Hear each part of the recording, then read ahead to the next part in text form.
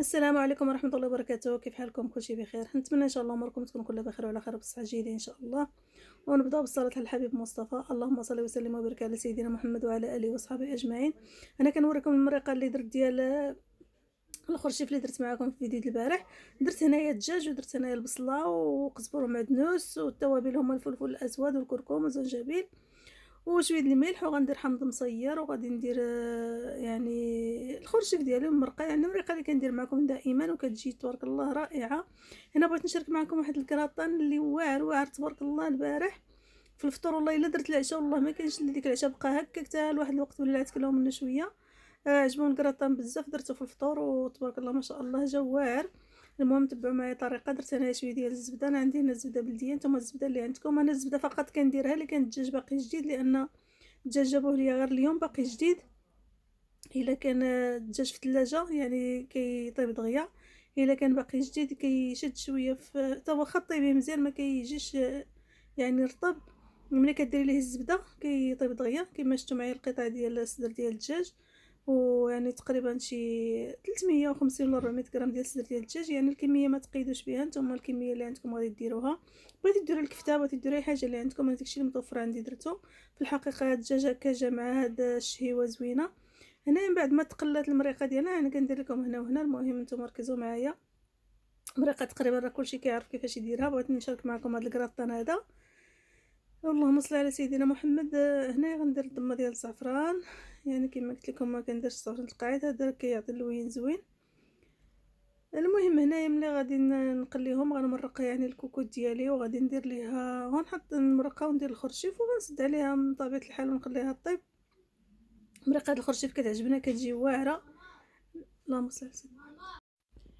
المهم كما قلت لكم كنقلي هذا صدر الدجاج وهاد البصيله في الزبده مزيان حتى يعني دبال ديك البصله وكيتشحر ديك الدجاج كينشف من ديك الماء اللي فيه. وغنبداو نضيفوا يعني المكونات اللي باقيين لينا. كما شفتوا معايا ديك المقرونيه ديك الصغيره، ديك القادوس الصغيره هي اللي سلقت. نتوما الانواع المقرونيات اللي عندكم ديروه، ماشي ضروري تقيدوا واحد النوع. هنايا شتي تبارك الله الخرشوف نتوما راه قلت لكم درتو في الثلاجه كيبقى في اللون ديالو يدوز عندك يعني سيمانه وتا 10 ايام ما طري ليه حتى حاجه. كما كتهزي من ديك الماء الحامض اللي درتي ليه وكديريه في الميكا، كتزيريها مزيان باش ما يدخلش ليها ديك، باش ما يدخلش ليها الريح وتاكسده، كيبقى في اللوين ديالو. هنا غنمرقها ونسد عليها ونذكركم الصلاه على الرسول، صلوا على الرسول عليه الصلاه والسلام في النفوس ديالكم، وتذكروا من كثروا من الاذكار. وان شاء الله راه ما بقى والو العواشر ديال الاخر ديال رمضان. يعني كثر بنادم من الصلاه على الرسول والذكر ديال الله، ويعني يزيد شويه من الصلاه، لان كما كنعرفوا ليله القدر يعني راه ما معروفش النهار ديالها بالضبط.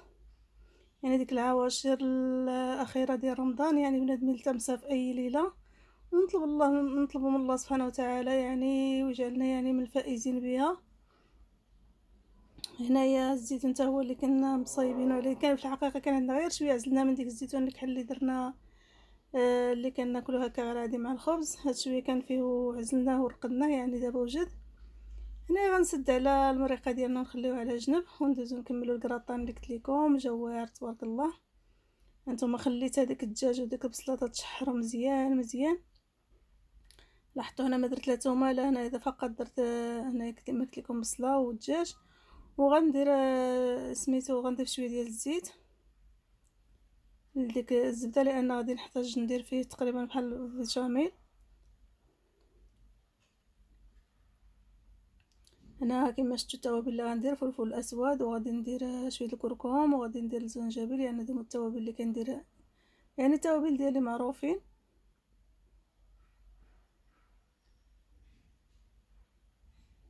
غنضيف هنايا واحد 2 معالق حتى 3 ديال الدقيق،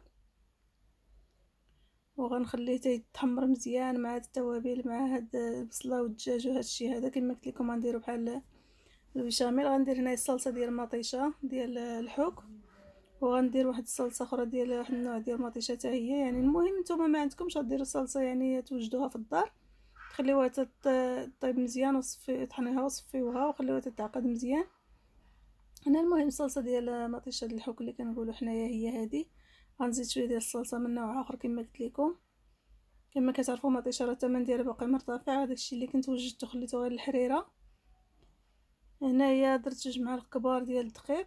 نتوما كما قلت لكم على حسب الكميه ديال اللي عندكم يعني اللي غادي ديروا. انا غندير بشاميل يعني بصلصه حمراء، ما غنديروش بالحليب. لكن في الحقيقه جاو لي باط واعرين، ديك كراطان جا واعر يعني بديك الشيء اللي متوفر عندكم في الدار. كما كتعرفوا وليدات كيعجبهم هادشي اللي فيهم هاد الصلصه والتوابل بحال هكا.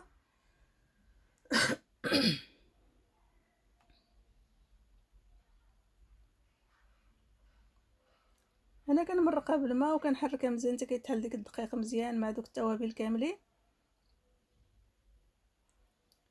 هذا الكراطان بهذه الطريقه هذه ديال لي باط بحال هكا يعني جا والله الا جا واعر، ماشي زعما حيت صايبتو كنجملو، ولكن جربوه غيعجبو وليدات ديالكم بزاف.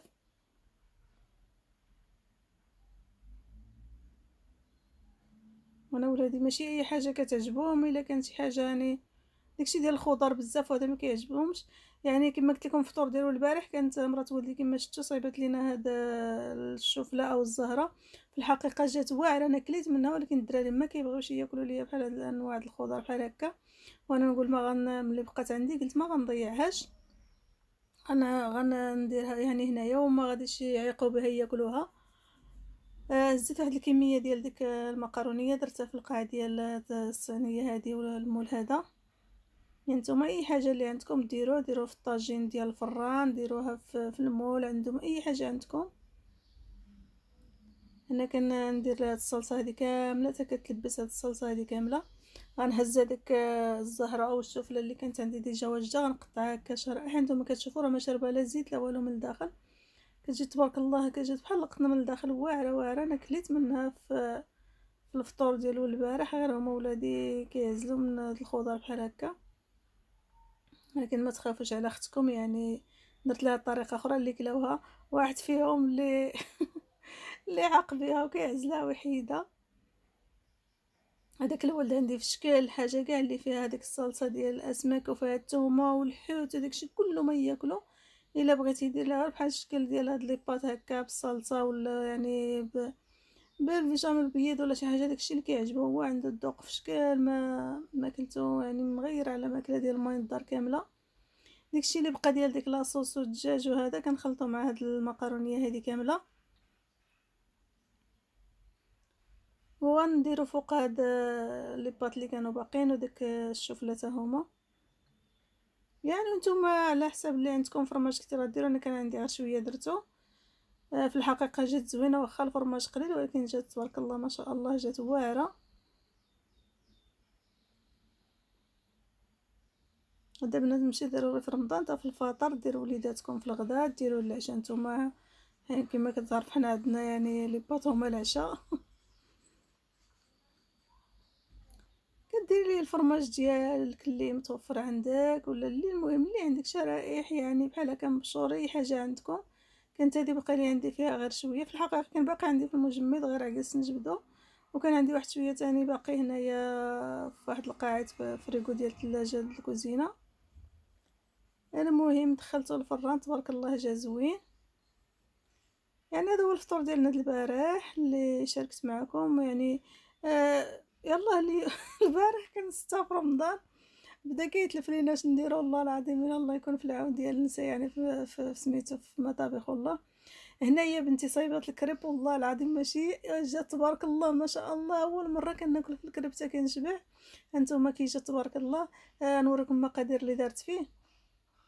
درت فيه 3 د البيضات، يعني كتشوفوه صفر يعني هذا البيض البلدي اللي وريتكم ديك النهار يعني جابوا ديك الناس معاهم. 3 د البيضات بلديين، ودرت فيه 2 ساشيه د الفاني، ودرت فيه يعني شي 4 معالق ديال الزيت نباتيه. عندكم الزبده ديروا الزبده، اللهم صل على سيدنا محمد. ودير فيه قبصه ديال الملح وسميتو الدقيق يعني على حسب، ودرت فيه 3 الكيسان كبار ديال الحليب. هادو هما المكونات اللي فيه الزيت والبيض اللهم صل على سيدنا محمد والزبده. انا معلقه ديال الزبده وشي 3 معالق ولا 4 ديال الزيت نباتيه ومعلقه 2 معالق ديال السكر. هادو هما اللي درت فيه صافي وخلطاتو حتى كيكون القوام ديالو خفيف كيما درتو. طبخاتو يعني المقله ديال الطيفه فاش طيباتو. هنايا الصلصه اللي درت ليه هنايا الصلصه درت فيها الكاوبيل وميزينه. والماء تبارك الله جا بحال دانيت، شي نهار غادي نشاركو معكم نديرو معكم. صافي هنا كنزوقو، راه شتيني عاونتو يعني كانت المغرب قريبه ومشى الحال. كنديرو ليه داك لاصوص اللي صايبات ديال بحال اللي كيبان لكم بحال دانيت. وكان عندي شويه ديال الفستق والبندق، دقيتو في المهرس حتى هو ودرتو، جمعنا. هذا هو الفطور ديالنا. ودرت ليه شويه الشكلاط من الفوق، وهذا هو الفطور ديالنا. ونقول لكم شهيه طيبه وبتيبان جابو ولدي. وزدنا العصير ديال لافوكا تبارك الله، تا هو فيه الكركاع وفيه التمر وفيه شحال من حاجه صايبات مرات ولدي وجابتو. وهذا هو الفطور ديالنا. الله ينفعنا به وينفعكم حتى نتوما باللي كتب لكم الله. يعني ماشي ضروري بنادم كيما كنقول دائما يتكلف كل نهار ونهارو. بنادم راه الله يكون في العون يعني. كما كنقولوا الزمان صعيب، بنادم كل مره يدير حاجه هكا. وفي الحقيقه الفطور بحال ديال البارح وعجب الوليدات وفطروا مزيان. كما قلت لكم جابوا لي الدجاج تبارك الله كان كبير والصدر ديالو كبير، قسمته على جوج، درت منه ديك الكراطان اللي بقى ليا. قلت غادي نشرملو نديرو يعني في المجمد. ديما كندير بحال هاد الخطوه هذه يعني. قسم كما كنقول دائما بنادم جاي زربان مزير طابعو شي شغيال مريض شي حاجه كيجبد شي حاجه بحال هكا. درت ليها تقريبا هذه الصلصه ديال الشاورما، توابل الشاورما يعني. الفلفل اسود، الكركم، زنجبيل، الملح، شويه ديال المطارد، صوص الصوجا. يعني هادو هما اللي درت. يعني ما عنديش دوك التوابل الاخرين اللي كيكونوا ديال الشوا، هادشي اللي عندي. وصافي شديت هذاك الصدر كامل قطعته شرائح يعني، شرملته هكا. وغادي نديرو يعني في هاد البلاستيكانات اللي شفتو معايا باش خلطته. وكما كنقول دائما شويه ديال الافكار، وبنادم يحاول يكون مدبر في البيت ديالو. يعني راه الزمان كما كنقولوا صعيب، كل مره بنادم يدير حويجه بحال هكا ويحطها على جنب. نهار كتكون مزيره ولا بغيتي تبدلي شي حاجه كتجيك يعني بحال الا لقيتيها. وهذا هو النهايه ديال الفيديو. نتمنى من الله سبحانه وتعالى يكون هذا الفيديو تا هو نال الاستحسان ديالكم وعجبكم. ونقول لكم شهيه طيبه ورمضان مبارك. الله يكملوا علينا ان شاء الله بالصحه واليمن والبركات ورمضان مبارك. والسلام عليكم ورحمه الله وبركاته.